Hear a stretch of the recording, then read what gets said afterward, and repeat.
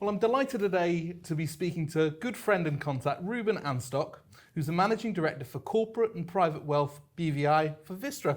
Good to see you, Reuben. How are you doing? Very well, thanks, David.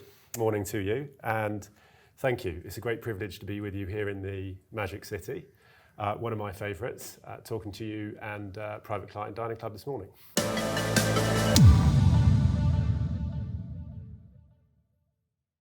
Fantastic. So looking forward to seeing you at the dinner tonight. We're all set for a great event. For people who've not met you before, it would be interesting to hear a little bit about your background and role at Vistra. Great, sure. My title, as you've said, is Managing Director, Corporate and Private Wealth. I'm based in the BVI, and principally I look after our private clients that have structuring needs in the British Virgin Islands. Terrific. So you've relocated to BVI from the UK. How are you finding life on the island? It'd be interesting to hear a little bit about your journey relocating over there. Thanks. Well, you and I go back a long way, obviously, but believe it or not, it's 2 years in December since I relocated to the BVI. I have to say, from a family perspective, a personal perspective, it's a great place to live. It's an outdoors lifestyle, as you can probably imagine. We do a lot with the kids outdoors. They love surfing and sailing, and they get to play lots of different sports there. Equally, from a work-life balance, it's a very small place. It's only 8 miles long and 2 miles wide, so we get to see a lot of each other, which is a good thing in the most part. You've got kids, so I'm sure you can... I know that one. I'm sure you can relate to that. From a professional perspective, it's a really, for such a small island, it's a really vibrant business community. As you know, the financial services industry is a pillar for the island, and a huge amount of GDP is developed by that industry. So we have a very engaged and progressive workforce, and I'd say a very dynamic outlook in the professional community, always looking to do interesting things and evolve the capabilities of the territory. And in terms of the locations, now we're starting to travel again. Are you finding the position of BVI interesting in terms of being able to access gateways like Miami or Latin American markets in a way that out of the UK would be, practically impossible? Do you find that you being based in the BVI can open up new territories for you to explore and learn the market, the opportunities they present? I certainly think from a Vistra perspective, which has always had a very strong foothold in Asia, which has always historically been a big client base for the BVI, that proximity to Latin America and particularly Miami, which is a melting pot of different South American cultures here, is a huge opportunity for us. And travel's a bit easier than it is from the UK, but I wouldn't say it specifically opens up any new doors for us. But it's definitely a positive to be closer to people and to have that ability to get to see people more quickly in this area. And what kind of intermediaries might you work with in Miami? Is there sort of different target verticals you might work with, the private banks or the law firms or international tax advisors? Where do you find you get traction here with intermediaries? Certainly private banks.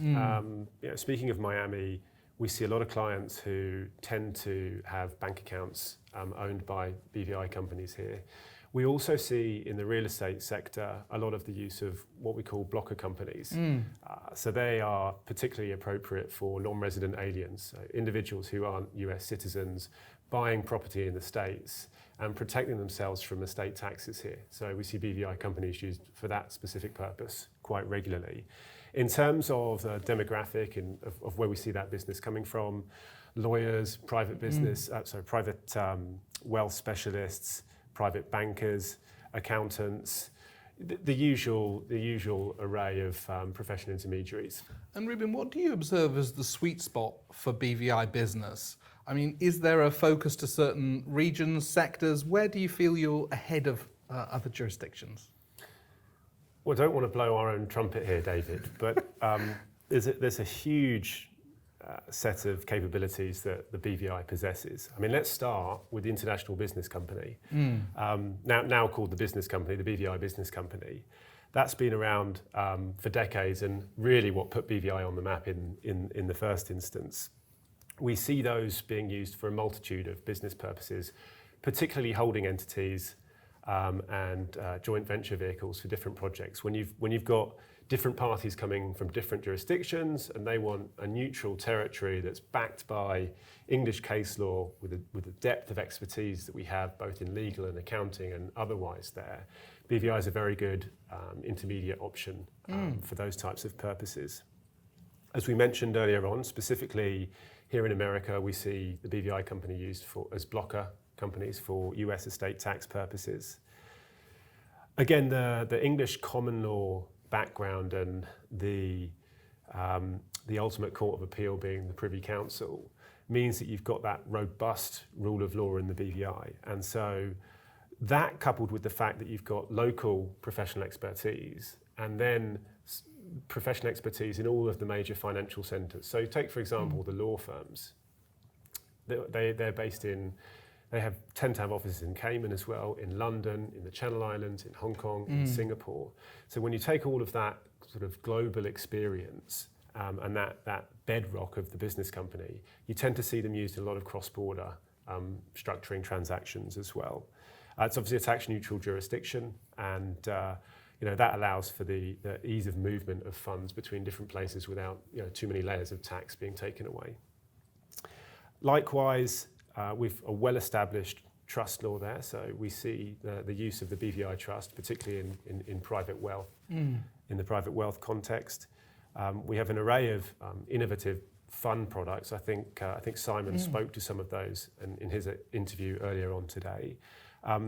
I think particularly in the crypto space, we have this incubator fund, which I'm sure Simon spoke of, which is particularly attractive to people setting up their first fund, and relatively easy to get regulated and open up within the territory and get business going, cost effective as well. Coupled with that, we have this regulatory sandbox that's been around for a few years now. That is particularly focused on the fintech arena and allows for a light touch regulation in a startup environment for companies that are looking to sort of trial something out and get something tested. Get to a sort of proof of concept stage. And then another popular product we have, I guess, in the fund side of things is this approved manager license that we have in the BVI, which is a way of using a BVI entity and having that license which allows you to manage funds on behalf of third parties. So very long answer to your question, but as you can see, a huge breadth of capability in BVI across lots of different industries and sectors. I mean, what comes across is it's robust solutions, but a nimble delivery, spotting opportunities to say we need regulation to do this, or we want to address the crypto market, and that needs something else. That's the way it comes across to me in terms of the approach of the jurisdiction. Absolutely, and I'm glad it's coming across that way to you, because that's what I touched on earlier. This community of professionals in BVI, we all know each other reasonably well, and we're all keen to see BVI evolve and move forwards. And I think you have this dynamism within the territory that results in a desire to get on the front foot with new things that are coming forwards and being part of those. So how are you seeing the breakdown of new client inquiries by region across the world? I mean, BVI is well known for Asia business, but how are you seeing opportunities coming out of perhaps the Middle East, Africa, other parts of the world? Well, as you touched on, I work for Vistra, which is the market leader in registered office, registered agent services, and historically has been had a huge footprint in Asia. The BVI business company has always been popular with the Asian market. We've actually seen a bit of decline over the last few years, which we think is COVID related, really. COVID policies, particularly in mainland China and the wider Asia region, are rolling on a lot longer than they are in a lot of other territories. I mean, we're here in Miami at the moment, and you've come from London, and we're almost at a point where it doesn't seem as if COVID's particularly relevant anymore. So we've seen a bit of a downturn from the Asian market, but actually, particularly from the Middle East market, Middle Eastern clients are well versed in the capabilities of BVI as a jurisdiction. So we see a lot of inquiries coming from that neck of the woods. We've obviously got a large office there as well, and that helps us there. And BVI's proximity between North America and Latin America, I'd say on the private wealth side, we see quite a lot of interest from South American clients at the moment. But actually, on the crypto side, we see a lot of work coming from individuals in the US looking to use the BVI products that we've spoken of earlier on in this interview to set up their crypto funds. The crypto space is hugely interesting, I think, for intermediaries because it's so specialist and there's many different parts of the food chain that need to be serviced. I've worked with a custodian bank specialised in digital assets in Switzerland who often interact with people in the UK, BVI, North America. Do you see the ecosystem of crypto being really, truly globally diverse with lots of different actors who need each other in order to deliver services? How are you seeing the crypto space, I guess, mature and evolve for the professional advisory market? Well, as you say, it's a really interesting space, and what is particularly novel about it, I think, is the pace of innovation in that industry. We see it from the very get-go in the BVI, so individuals setting up structures to house these businesses. If they're fund structures as well, we might help on the administration of those entities and help them do their NAV reporting and so on. But we're now at a stage in the life cycle, particularly with this crypto winter that we're amidst right now, in seeing the other end of the spectrum. And BVI has a plethora of insolvency practitioners. And so what we're finding is that a lot of these entities that have popped as a result of the prevailing headwinds are now being wound up and keeping a lot of the insolvency practitioners busy in the BVI. And are you seeing crypto and digital assets featuring increasingly now in private wealth as well? Private clients wanting to settle such assets in trust structures, or you mentioned there in the funds world, in the institutional business, there's a different pace of innovation. But are you seeing in the private client business also clients wanting to factor these kind of new assets into succession plans? It's starting to percolate down. I think it's got a way to go. Yeah. What I would say, the trend that we've seen is where you've got younger generations within a family that want to do something on their own, you're seeing a lot more interest in this space at that level. And so they might be taking family capital or being given some family capital to go and do something within this space. So I'd say that from a demographic perspective, it's definitely the younger next gen members of the family that are engaging with it a bit more so than probably the older generations who are more focused on robust succession planning. So you can deal purely remotely with clients all around the world, but do you get clients coming to visit you in the BVI at all? How do they find the island? It'd be interesting to hear about your experience of clients coming to see you perhaps for the first time. We don't get as many clients as we'd like coming to visit us in BVI. I think particularly post-COVID with the boom of Microsoft Teams and Zoom and other video conferencing facilities, a lot of people are happy to deal with us over video conference now. When we do have clients come in, it's really a mix of business and pleasure. They've come to see a part of the Caribbean, but equally they've come to do some business. And for us, that's particularly as a result of the economic substance legislation that was enacted a few years ago, where entities that perform certain relevant activities have to have mind management and control in BVI. At Vistra, we provide a whole gambit of services from professional directors on the ground, co-sec services, administrative support, all the way to office premises and virtual office space as well. So we do have clients that come in to see us when we're executing our duties in that respect. And I would say that they always leave impressed by BVI. It's a beautiful island, and generally, once they've done their business with us, they like to see the rest of the islands. It's a number of islands, all connected by the sea, and so getting out on the water is always the highlight for people.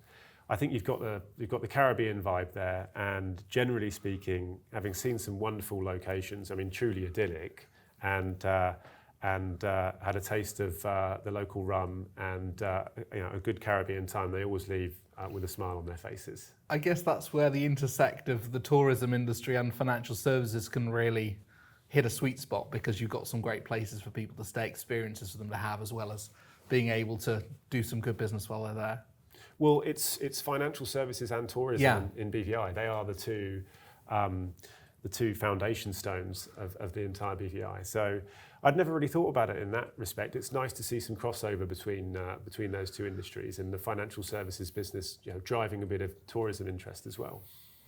So perhaps you could share with us some of the challenges that you might face building up your business in the BVI, and give us a flavour of how these challenges are being addressed, both by your business and BVI Finance and other parties who are involved in trying to make progress in the sector. Well, following on from your last question, David, about clients coming to the BVI, I'd say that's probably our biggest challenge. Is it's a very difficult place to get to. It always requires either more than one flight or a boat journey, or a mixture of all of those. For that reason, clients don't come and see us as regularly as we'd like them to. The challenge in that really is that I think post Irma and then COVID in more recent years, the infrastructure of the island has suffered, and the investment on island has suffered, and that's something that I think needs to be addressed. That said, the new Premier of the Virgin Islands met with us being the royalist of the financial community, a couple of weeks ago, gave up his whole afternoon actually to speak to us. So he's clearly very engaged with the financial services community, and it was very clear that he's a progressive individual and welcomes reform, and understands that there does need to be a level of investment into the infrastructure of the island, and it's clear that I think the government are going to follow through with that. From a private sector stakeholder perspective, we're one of the larger employers in the financial services business on the island, and wherever we can, we try to give back to the community through various CSR initiatives. And that's not something that is unique to us. I'd say because of the closeness of the community, a lot of the stakeholders across all industries do a lot within the community, and giving back to the community, both from a CSR perspective, but from an educational perspective as well. A lot of the kids from high school will ultimately make their way into the financial services industry, and so that educational process starts quite early on the island. And do you bring people in from off island? Is that a challenge to bring people on, or does that happen frequently and easily with people joining from other international financial centres with relevant experience? We obviously have a large expat community on the island, so it does happen. But like many other countries, really, what we try to do is pick from homegrown talent, and recruit locally where we can. Where there's a particular area of expertise that is proving hard to find, then we might look further afield for filling those types of vacancies. Great. Well, look, Reuben, terrific to talk to you today. Look forward to seeing you tonight. David, thanks for having me. The latest technical content delivered through global conversations with professionals for professionals.